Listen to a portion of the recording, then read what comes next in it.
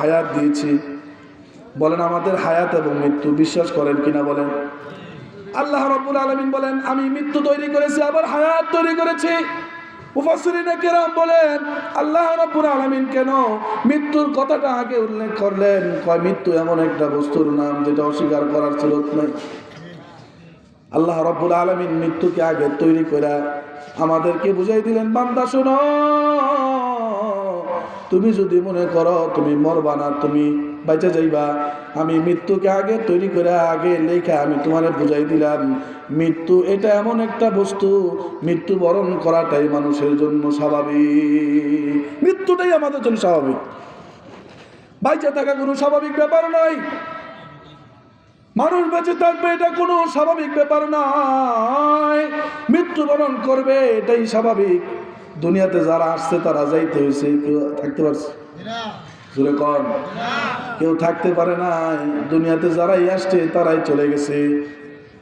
দুনিয়াতে হযরতে আদম ছিলেন, চলে গেছে। নূহ আলাইহিস সালাম আসছে, চলে গেছে। পয়গম্বর রাসূলের মতো আসছে, চলে গেছে। কবি বলেন আগর দুনিয়া কাছে বা জিন্দা বুদের, মুহাম্মদ আবুল কাসেম জিন্দা বুদের। দুনিয়াতে যদি আমি কাউকে চিরস্থায়ী রাখার জন্য তৈরি করতাম, তাইলে জনাবে মুহাম্মদুর রাসূলুল্লাহ ছাড়া আর কেউ দুনিয়াতে থাকতে পারতো না। দুনিয়া থাকার জায়গা না, দুনিয়াতে যে আসছে সেই চলে গেছে। এবার প্রশ্ন হইল দুনিয়া থেকেই তো যেতে হবে, কিভাবে যাইবেন? যাওয়ার মাধ্যমটা কেমন হবে? যাওয়ার পদ্ধতিটা কেমন হবে? কিছু মানুষ আছে দুনিয়াতে আসার পর একদিনও আল্লাহরে সিজদা দেয় নাই, আছে না নাই? হয়তো কোনোদিন মসজিদে গেলেও গেছে, কিন্তু কেমনে নামাজ পড়ে বুঝে না, জানে না কেমনে নামাজ পড়ে, কেমনে রুকু করে, কেমনে সিজদা করে, কিভাবে পেশাব করে পানি লইতে হয়, ডিলা লইতে হয়, জানে না। এমন মানুষের সংখ্যা আছে না নাই? আল্লাহ বলেন উলাইকা কাল আনআম, এগুলো হইল চতুষ্পদ জন্তু, বালহুম আদল, বরং তার থেকে নিকৃষ্ট। চতুষ্পদ জন্তুর কোনো গোসল নাই, খাওয়া নাই, পবিত্রতা নাই, তার নামাজ নাই, তার রোজা নাই, মাহফিলের মধ্যে তার আসার জরুরত হয় না। তাইলে যে ব্যক্তি নামাজ পড়ে না তার মধ্যে আর গরুর মধ্যে কোনো পার্থক্যই নাই। কি কোন কথা কোন ঠিক কিনা কোন? আর জোরে কোন না কেন? যার নামাজ নাই, গরুরও নামাজ নাই, দুইটা গরু, একটা দুই ঠ্যাং আর একটা চার ঠ্যাং। আল্লাহ কেন বললেন উলাইকা কাল আনআম, এগুলা চতুষ্পদ জন্তু, বালহুম আদল, বরং তার থেকেও বেশি নিকৃষ্ট। কেন বললেন? কয় কাল কিয়ামতের ময়দানে আল্লাহ রাব্বুল আলামিন এই সমস্ত পশু পাখিগুলাকে মাটি বানাই দিবে, তাদের জান্নাতও নাই, জাহান্নামও নাই। যদি খোদা না খাস্তা বনি আদম জাহান্নামী হইয়া যায়, তাইলে গরুর তো কোনো আযাব নাই। যদি সে জাহান্নামী হয়ে যায় তাহলে তার আযাব আছে না নাই? এজন্য আল্লাহ বলছেন বালহুম আদল, বরং তার থেকে নিকৃষ্ট। আল্লাহ বলেন দুনিয়াতে আমি তোমাকে পাঠাইছি, কিভাবে আসবা? আল্লাযী খালাকাল মাউতা ওয়াল হায়াতা লিয়াবলুয়াকুম আইয়ুকুম আহসানু আমালা। আমি তোমাকে তৈরি করেছি, তোমার হায়াত দিয়েছি, তোমার মৃত্যু দিয়েছি। আমি যাচাই করতেছি তুমি ভালো আমল করো না খারাপ আমল করো,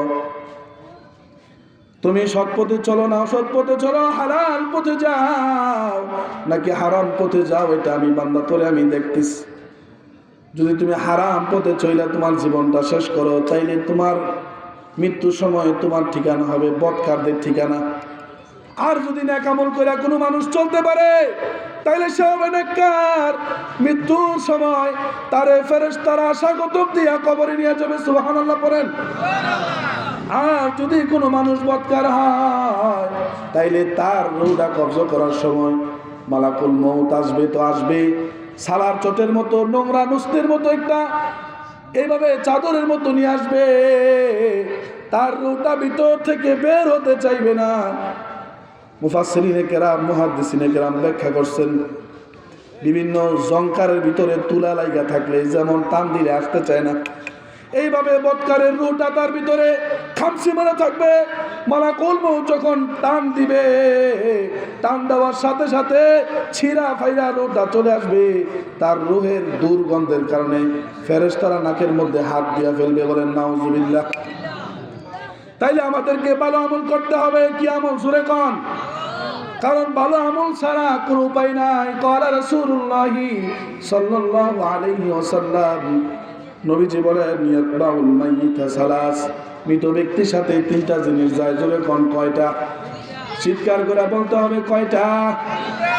মৃত ব্যক্তির সাথে কয়টা জিনিস যায়? জোরে কোন? তিনটা জিনিস যায়। এক নাম্বার হলো তার আহাল যায়, দুই নাম্বার হলো তার মাল যায়, তিন নাম্বার হলো তার আমল যায়। ক্বালা নবী সাল্লাল্লাহু আলাইহি সাল্লাম, ফায়ারজিউ ইসনান, দুইটা ফিরে আসে, ওয়ায়াবকা ওয়াহিদুন, একটা বাকি থেকে যায়। জোরে কোন? বাকি থাকে কয়টা? কয়? মাল ফিরে আসে, আহাল ফিরে আসে। যেই সন্তানের জন্য, যেই ভাইয়ের জন্য সারা জীবন কষ্ট করছেন, মাথার ঘাম পায়ে ফেলছেন, এই ভাই আপনার মাটি চাপা দিয়ে চলে আসবে, থাকবে না। ওই ভাই আপনাকে রেখা চলে আসবে, থাকবে না। সন্তান, যেই সন্তানের জন্য রাতকে রাত জাগ্রত থাকছেন, প্রবাসে গিয়া কত হাড় ভাঙা পরিশ্রম করেছেন, ওই সন্তান আপনারে কবরে নাই না, আপনার সুন্দর করে না নিচে নামাই দেবে। এমন না যে আমার বাবারে আমি দুনিয়া থেকে এইভাবে বিদায় দেব না, না না, আমার বাবারে আমি গলার ভিতরে চাপ দিয়ে ধরে রাখবো। আরে এত দূরে যাওয়া লাগে কেন? যেই মানুষটা রাতের বেলা মারা যায়, মারা যাওয়ার পরে স্বামী মারা গেছে, স্ত্রী সন্তান পুরা ভয়ে আতঙ্কিত হয়ে গেছে, এই লাশ ঘরে রাখা সম্ভব না, ঠিক কিনা কোন? এটাই তো দুনিয়ার বাস্তবতা। এখন যদি আমি আর আপনি মারা যাই, মাত্র রাত বাজে 8:30, অনেক মানুষ চিন্তা করবে শীতের রাত্র, এত রাত্র মরা মানুষ পাড়া দেওয়া সম্ভব না, চলনি মাহফিলের লোক দিয়া জানাজা দিয়া 11টা বাজে দাফন করে তুই আস। তুই কথা কর না কেন? তাইলে আমরা কিসের পিছনে ছুটতেছি? আল্লাহ নবী বলেন, তোমার মাল ফিরে আসবে, তোমার আহাল ফিরে আসবে, তোমার আমল শুধু সেখানে বাকি থাকবে। আমল যদি ভালো হয়, কবরের ভিতরে আলোকিত করে দেবেন কি? জোরে বলেন। আর যদি আমল খারাপ হয়ে যায়, তাইলে কবরের ভিতরে কোনো আলো পাইবেন না, কোনো বাতি পাইবেন না। যেই কবরের মধ্যে কোনো বাতি নাই, সাথী নাই, কোনো আলো নাই, এই কবর আমাকে আপনাকে প্রত্যেক দিন ডাকতেছে। কবর বলে, হে বনি আদম, আনা বাইতুদ দুদা, আনা বাইতুজ জুলমা, আনা বাইতুল ওয়াহদা। কবর বলে, হে বনি আদম, তোমারে আল্লাহ রাব্বুল আলামিন যোহরের সময় আজানের মাধ্যমে ডাক দিছে, তুমি যাও না। আসরের সময় তোমার আজান দিয়া ডাক দিছে, তুমি যাও না, ঠিক কিনা কোন? মাগরিবের সময় তোমারে আজান দিয়া ডাক দিছে, তুমি যাও নাই। এশারের সময় তোমার ডাক দিছে, তুমি যাও না। এই যে তুমি দিনভর সপ্তাহভর মাসভর তুমি আমল ছাড়া দিন কাটাইতেছো। কবর বলে, তুমি জানো না আমি কিসের ঘর? কবর বলে, আনা বাইতুদ দুদ, আমি পোকামাকড়ের ঘর, আনা বাইতুজ জুলমা, আমি অন্ধকার ঘর, আনা বাইতুল ওয়াহদা, আমি একাকিত্বের ঘর, আমার কাছে কোনো সাথী নাই। قال رسول الله صلى الله عليه وسلم يا فاطمة أنقذي نفسك من النار। আমি আর আপনি তো 1500 বছর নবীজিরে 1500 বছর পরে আইসা নবীজিরে না দেখে ঈমান আনছি। নবীজির কলিজার টুকরা, নিজের রক্ত যার ধমনীতে আছে, ওই কলিজার টুকরা ফাতেমাকে নবীজি বলে, হে ফাতেমা, কি মনে করছো? নবীজির মুহাম্মদের আদরের দুলালি পরিচয় দিলে মনে হয় কবর তোমাকে ছেড়ে দিবে, এটা পাইব না। এই চিন্তা ফাতেমা মন থেকে সরায় দাও। কয়, কেন আব্বা, কি হয়েছে? কয়, আনকিদি নাফসাকি মিনান নার, নিজেকে জাহান্নামের আগুন থেকে আমলের মাধ্যমে বাঁচাও। কবর কিন্তু তুমি মুহাম্মদের মেয়েকে চিনবে না। তাহলে আমার আর আপনার কোনো বেল আছে নাকি? কি কথা বলেন না কেন? আপনাদের কাছে খারাপ লাগতেছে, হুজুরে হাসায় না, মজাক করে না, গরম গরম কথা কয় না, হাসাহাসি তামাশা জীবনে বহুত করতে পারবেন। একদিন নবী আলাইহিস সালাতু ওয়াস সালাম সাহাবায়ে কেরামদেরকে নিয়ে বসা ছিলেন, বিভিন্ন বিষয়ে নসিহত করতেছিলেন। এক পর্যায়ে নবীজি বলেন, হে আমার সাহাবায়ে কেরাম, শোনো, যদি তোমরা জানতা যে আমি যা জানি, আমার ভিতরে যে সমস্ত ইলম আছে, আমার ভিতরে জাহান্নাম সম্পর্কে, কিয়ামতের ওই ভয়াবহতা সম্পর্কে আমি নবীজি যা জানি, যদি তোমরা এগুলা কিঞ্চিত পরিমাণ জানতা লাযহিকতুম কলিলা ওয়া লাবাকাইতুম কাসীরা, তাইলে তোমাদের মুখের হাসি বন্ধ হয়ে যাইত। সুবহানাল্লাহ। তোমাদের মুখের হাসি বন্ধ হয়ে যাইত, তোমাদের চোখ দিয়া অনবরত জাহান্নামের ভয়ে চোখের পানি পড়তো।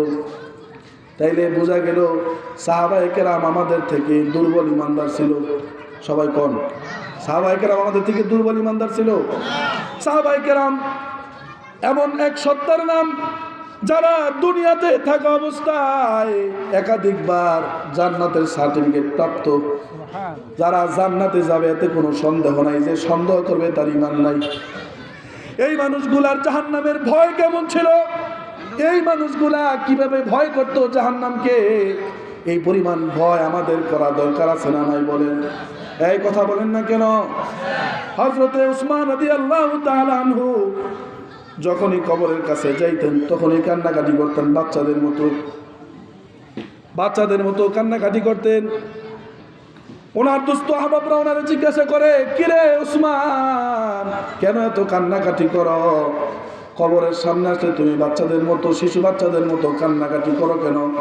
হযরত উসমান বলে, কয় ওই যে আল্লাহ তাআলার কাছে যাওয়ার জন্য অনেকগুলা ঘাটি আছে, যে ঘাটিগুলা পার হয়ে আল্লাহর কাছে যাইতে হয়। জান্নাত জাহান্নাম ফয়সালা হবে তো বহুত পরে, এর আগে যে কতগুলো ঘাটি আছে, ওই ঘাটিগুলার মধ্যে সর্বপ্রথম ঘাটির নাম হলো কবর। নবীজি বলেন যে কবরের মধ্যে, কবর নামক ঘাটির মধ্যে যে ফেসে যাবে সে সব জায়গায় ফেসে যাবে। দুনিয়াতে আপনার বিরুদ্ধে মামলা হয়, দুনিয়াতে আপনার বিরুদ্ধে নালিশ হয়, ওই মামলা থেকে খালাস পাওয়ার সুযোগ আছে না নাই বলেন? আপনি আপিল করলে একেবারে হাইকোর্ট পর্যন্ত, সুপ্রিম কোর্ট পর্যন্ত আপনি আপিল করার সুযোগ আছে।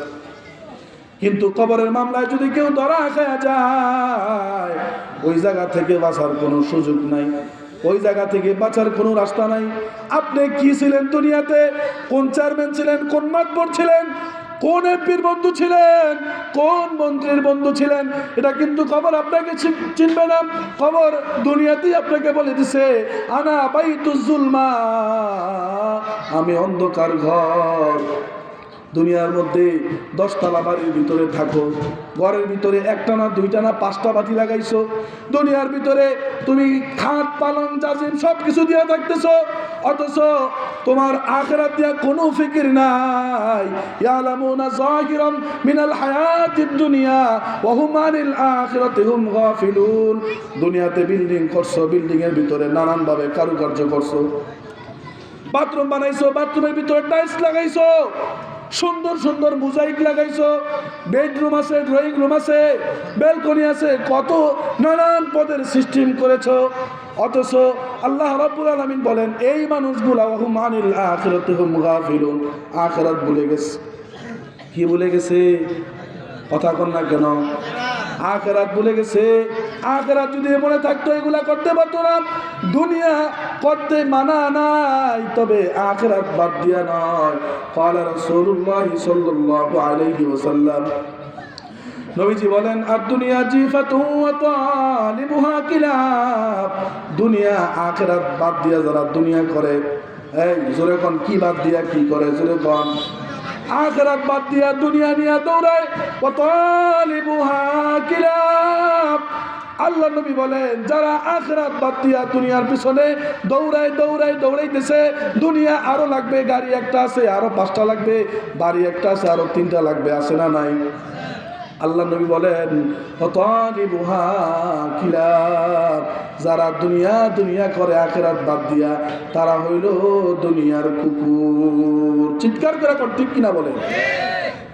আখিরাত বাদ দেওয়া যাবে না। তাহলে যে কথা বলতেছিলাম, আল্লাহ রাব্বুল আলামিন আমাদেরকে হায়াত মত দিয়া পাঠাইছেন কিছু নিয়ে যাওয়ার জন্য।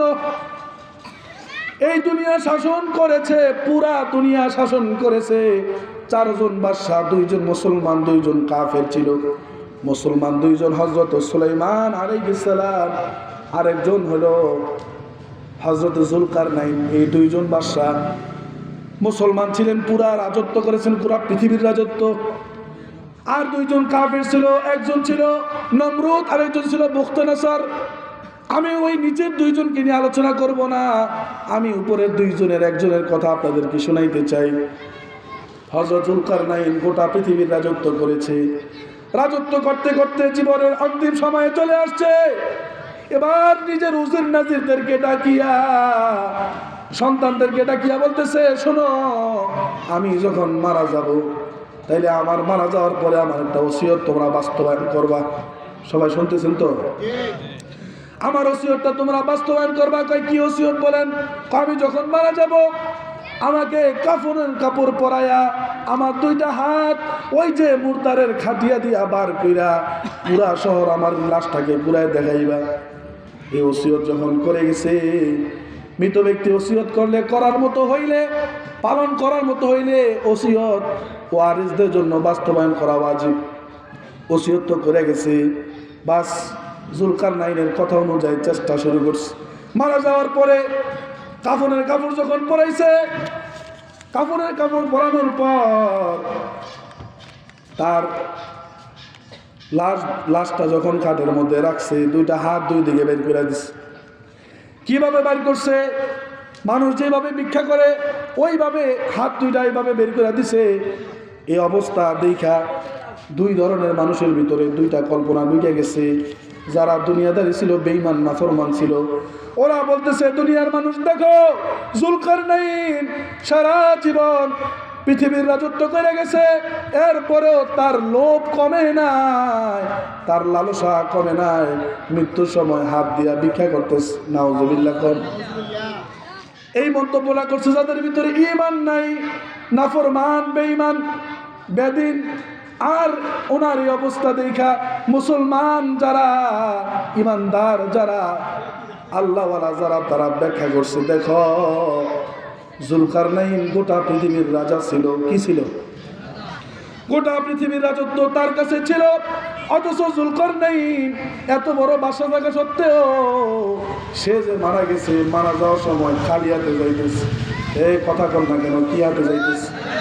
খালি হাতে যাইতেছে। তার সাথে কিছু নেওয়ার মতো নাই, তার সাথে কোনো কিছু যাইতেছে না, খালি হাত দিয়ে যাইতেছে। সবাই বলতেছে, উনির মতো মানুষ রাজা বাদশা হওয়ার পরেও খালি হাতে যদি যাইতে হয়, আমাদেরও তো খালি হাতে যাওয়া লাগবে। কি কোন আপনারা?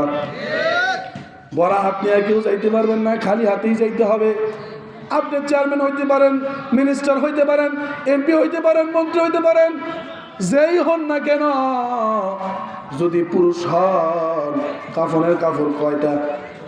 জোরে কোন কয়টা? আর যদি মহিলা হয় তাইলে কয়টা? আপনার বাড়িতে গিয়া ওই যে বাতের মার তুইলা তুইলা যেই মহিলা খায়া জীবন যাপন করে, ওই মহিলা মারা গেলে যেমন 3টা না 5টা কাপড় দিয়া তারে দাফন করে, যদি শেখ হাসিনা মরে তাইলে কাপড় দিব কয়টা? বেশি দেওয়ার সুযোগ আছে নি? খালেদা জিয়া মরলে মনে হয় 6টা দিব। আরে যাই মরুক না কেন, পৃথিবীর সবচেয়ে শ্রেষ্ঠ দামি মহিলা যদি মরে, কাফনের কাপড় মহিলাদের ক্ষেত্রে 5টার বেশি দেওয়ার কোনো কি নাই, সুযোগ নাই। তাইলে আমার বাড়িতে যে মহিলা বাতের মার তুলা তুলা খায়া নিজের জীবন চালায়, ওই মহিলার কাফনের কাপড়ও 5টা। যার টাকা আছে, পয়সা আছে, ক্ষমতা আছে, যার কথায় পুরা দেশ চলতো, সেও যদি মরে, তারও কাপড় দিবে কয়টা? তারও কাপড় দিবে 5টা, বেশি দেওয়ার কোনো সুযোগ নাই। কাজেই যেহেতু দুনিয়াতে যাইতে হবে, খালি হাতে যাইতে হবে, কিছু নিয়ে যাওয়ার কোনো সুযোগ নাই। কিছু আপনার সাথে যাবে না, যদি আমল ভালো করেন তাইলে সেটা যাবে। আর ওই ভালো আমল শিখার জন্য, বুঝার জন্যই মূলত এই ধরনের প্রতিষ্ঠানগুলা করা হয়। ঠিক কিনা বলে? জোরে কথা কন না কেন? মাদ্রাসার ভিতরে ঢুইকা দেখি কত জরুরত, মাদ্রাসার হার জরুরত বাকি রয়ে গেছে। এলাকার মানুষ হয়ে আপনারা কি করেন? জবাব কিন্তু আল্লাহর কাছে দিতে হবে। কি কথা বলেন না কেন? আল্লাহ যদি প্রশ্ন করে, কিরে তোর ঘরের ভিতরে খাট আছে, সোফা আছে, ড্রেসিং টেবিল আছে, আলমারি আছে, সবকিছু আছে, আর মাদ্রাসার ভিতরে কোরআন শরীফগুলো রাখার জন্য একটা ভালো সেলফের ব্যবস্থা করে দেস না, ভালো একটা আলমারির ব্যবস্থা করার দেশ নাই, কি জবাব দিবেন বলেন তো? জবাব দেওয়ার কোনো রাস্তা আসেনি, জবাব দেওয়ার কোনো রাস্তা নাই। মাদ্রাসার ভিতরে যখন যা কিছুর প্রয়োজন এই মহল্লার এরিয়াতে যারা আছে তাদের দেখার দায়িত্ব, কি বলেন? কি কথা বলেন না কেন? নাকি এটা আমি এসে দেখবো বলেন? আমি এসে দেখার কোনো সুযোগ নাই, আপনারটা আপনাকেই দেখতে হবে। এই প্রতিষ্ঠান আপনাদের কাছে আমানত।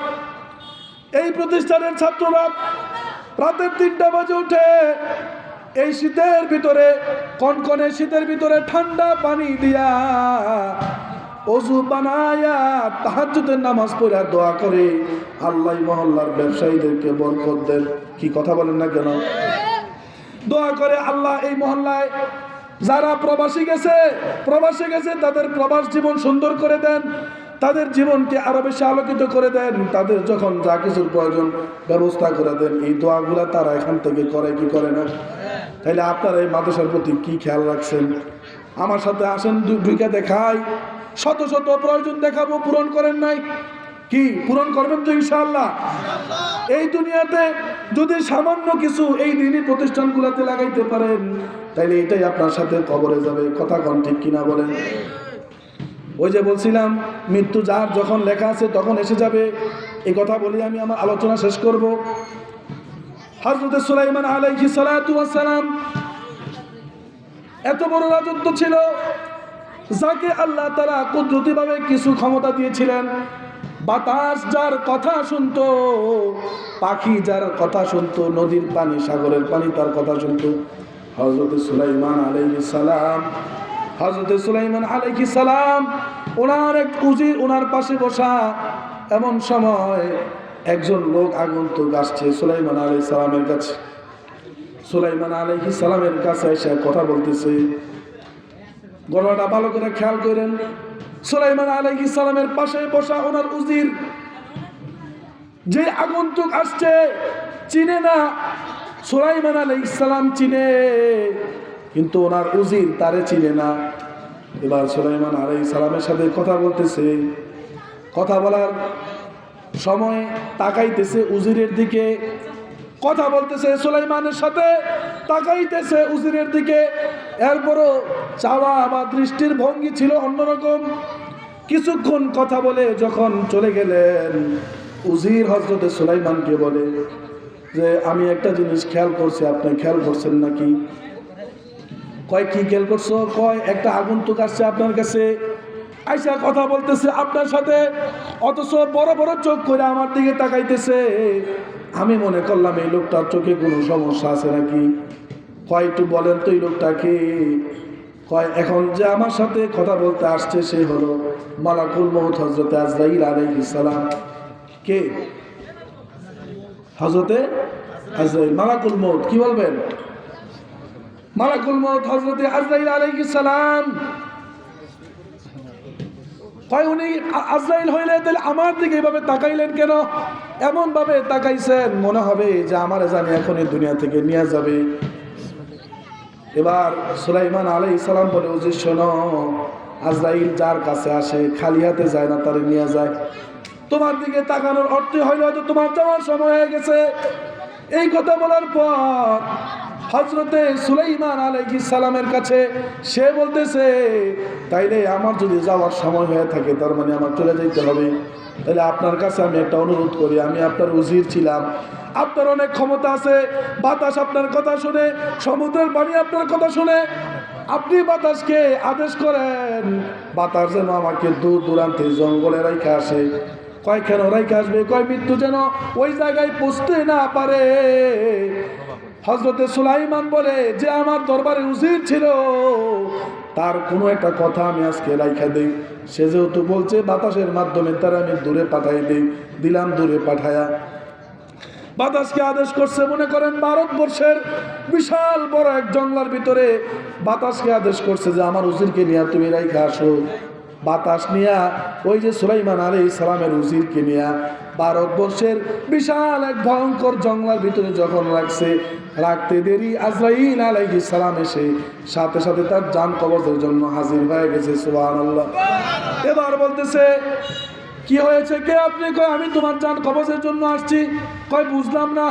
আমি সুলাইমান আলাইহিস সালামের রাজত্বকে ত্যাগ করেছি আপনার আক্রমণ থেকে বাঁচার জন্য।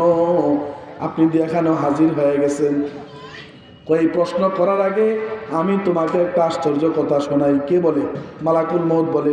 মালাকুল মউত বলতেছে, আমি যখন সুলাইমান আলাইহিস সালামের কাছে গেলাম, সুলাইমান আলাইহিস সালামের কাছে যাওয়ার পর আমি গিয়া দেখতেছি তুমি এখানে বসা। আমি আমার ডায়েরির দিকে তাকাই, দেখি কিছুক্ষণ পরে ভারতবর্ষের অমুক জঙ্গলার ভিতরে তোমার মৃত্যু লেখা, আর অথচ তুমি এখানে কিভাবে যাইবা আমার মাথায় ধরে না। আল্লাহ তো যার মৃত্যু যেখানে ফয়সালা করে রাখছেন সেখানেই হবে। তুমি সুলাইমানের সিংহাসনের পাশে, অথচ তোমার মৃত্যু লেখা ওই ভারতবর্ষের জঙ্গলার ভিতরে। আমি চিন্তা করতেছিলাম, এক পর্যায়ে ভাবলাম আমার দায়িত্ব রূহ কবজ করা, আল্লাহর দায়িত্ব যার মৃত্যু যেখানে সেখানে পৌঁছায় দেওয়া। ঠিক কিনা বলেন? হযরত আজরাইলকে আমি এই বলে চলে গেছি, আল্লাহর ফরমান হয়ে গেছে, এবার তোমাকে আমি নেওয়ার জন্য ওই ভারতবর্ষের জঙ্গলায় হাজির হইলাম। আইসা দেখি আমিও হাজির, তুমিও হাজির। তাহলে মৃত্যু যার যখন যেখানে লেখা আছে হবে কি হবে না বলেন? বাঁচার কোনো সুযোগ নাই। তাহলে যাওয়ার আগে যদি একজনরে নিজের করতে পারেন, একজনকে যদি নিজের করতে পারেন, তাইলে আপনার কবরের মধ্যে কোনো বাতির প্রয়োজন নাই। আল্লাহ যদি আপনার হয়ে যায় তাহলে আর কিছু দরকার আছে নি? जो तू मेरा तो सब मेरा, फलक मेरा जमी मेरा, जो तू मेरा